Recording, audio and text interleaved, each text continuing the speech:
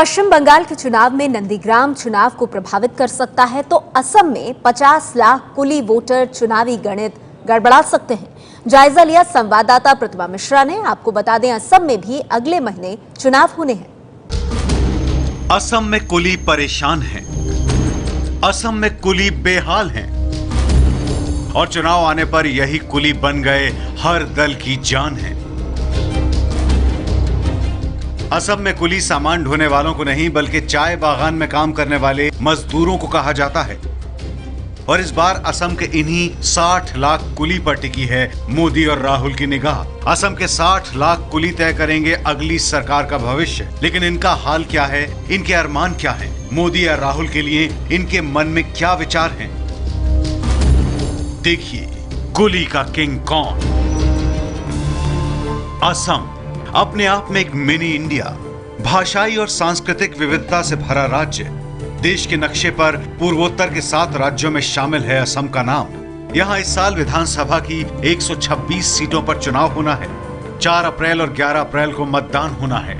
असम के लोगों से पीएम मोदी ने ये कहा, आपके जीवन में आनंद लाना है और इसलिए असम में सर्वानंद लाना है। सर्वानंद यानी बीजेपी की तरफ से असम में मुख्यमंत्री पद के उम्मीदवार। मिशन 84 के नारे के साथ चुनावी मैदान में खड़ी है बीजेपी। तो कांग्रेस एक बार फिर 3 बार से मुख्यमंत्री तरुण गोगोई पर ही लगा रही है दांव।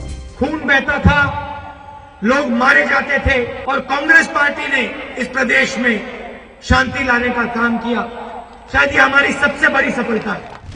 करीब 3.5 करोड़ की आबादी वाले इस राज्य के 27 जिलों में हाथ का साथ देंगे लोग या फिर खिलाएंगे कमल, ये तो वक्त ही बताएगा।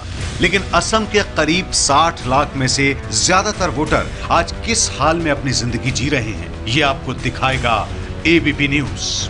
असम की राजनीति के 2 बड़े केंद्र हैं, अली और कुली। अली यानी मुस्लिम और कुली यानी चाय के बागानों में काम करने वाले मजदूर। रहने को घर नहीं, टूटा फूटा छप्पर है। सोने को तख्त नहीं बल्कि चटाई और गंदा बिस्तर है। और तो और, चूल्हा जले तो जले, ना जले तो यूं ही कट जाता दिन है। कोई भी सरकार आया, वोट लेके चला गया, लेकिन आज तक सुधार नहीं किया है। 22 साल हो गया है काम का। हाँ, 22 साल हो गया आपको। हाँ, हम लोग परिवर्तन चाह रहा है, इसलिए जो हम लोग का मांगे पूरी करे। हम लोग का राशन दीजिए, हॉस्पिटल है, पानी है, घर है। पहला जब ब्रिटिश था उस टाइम अच्छा था।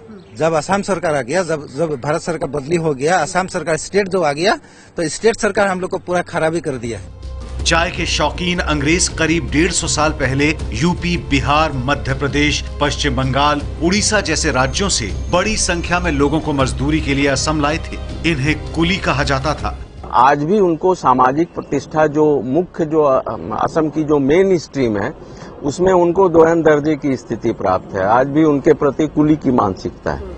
असम के 2 हिस्सों यानी अपर और लोअर असम के ऊपरी हिस्से की कुल 50 विधानसभा सीटों में से 35 विधानसभा सीटों पर यहाँ के चाय बागान में काम करने वाले मजदूरों का बड़ा दखल होता है। या यूं कहें कि उनका ही वोट यहाँ पर जीत और हार तय करता है। राज्य की 126 विधानसभा सीटों में ये बड़ा हिस्सा है।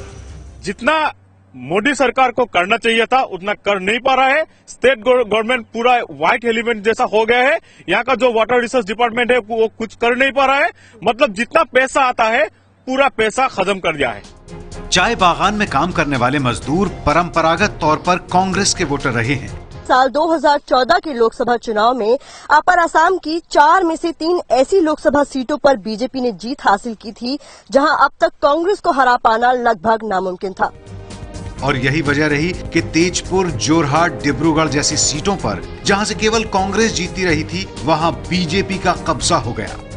तब कांग्रेस सरकार अचानक चौंक गई और उसके बाद इन्होंने बड़े पैमाने पर चाय बागान के लिए पैकेज बनाए और उन्होंने बड़े पैमाने पर चाय मजदूरों को जमीन का पट्टा वितरित किया। जो बागान की अतिरिक्त जमीन थी उनको बिजली का कनेक्शन दिया। बहुत तरफ से उसको दबाया गया है और उनको हमेशा वोट बैंक की तरफ बिहेव किया गया है। लेकिन हम लोग जब आए हैं उनको हम लोग ह्यूमन रिसोर्स का तरफ देखना चाहते हैं। लेकिन स्टेट गवर्नमेंट का पावर हम लोग का पास नहीं है। They are under this jurisdiction of state government. So हम लोग अगर स्टेट गवर्नमेंट हमको मिलता है तो हम करेंगे। कांग्रेस सरकार आने के बाद आज जो कुछ हुआ है कांग्रेस के जमाना में हुआ है, कांग्रेस में जमाना में होगा और मजदूर के साथ कांग्रेस रोज है, रोज होगा। देश में असम की पहचान चाय से है। इस चाय को आप तक पहुंचाने वाले चाय बागान के मजदूर दिन रात मेहनत कर एक दिन की मेहनत का 75 रुपए से 94 रुपए तक ही कमा पाते हैं। हालांकि चुनाव की दस्तक होते ही इनकी मजदूरी को मौजूदा भत्ते से बढ़ाकर इसे पिछले साल ही 174 रुपए करने का ऐलान कर दिया गया है, लेकिन ये फैसला दिसंबर 2016 से लागू होगा। आखिर में सवाल यही उठता है कि जब एक चाय वाला देश का प्रधानमंत्री बन सकता है तो यहाँ चाय के बागानों में काम करने वाले मजदूरों के हालात क्यों नहीं सुधर सकते। आखिरकार पूरे देश में असम की पहचान यहाँ की चाय से ही तो है। कैमरा पर्सन पल्लव बोरा के साथ प्रतिमा मिश्रा, एबीपी न्यूज, जोरहाट, असम।